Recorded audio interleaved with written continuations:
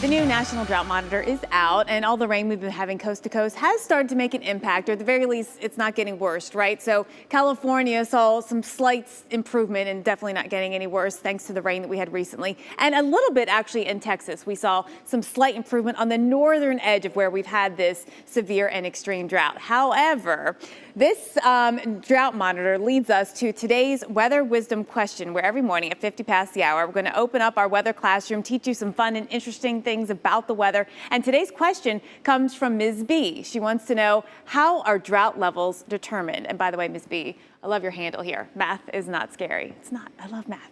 And math is definitely one of the factors that goes into the equation, right? We're adding up all the different pieces of information, the data that goes into making this drought monitor. And it's actually several different authors that come into play. The USDA is part of this, the National Weather Service, or NOAA, part of this as well, and the National Drought Mitigation Center. So let me just draw, and I'm going to use blue, where we have this severe drought.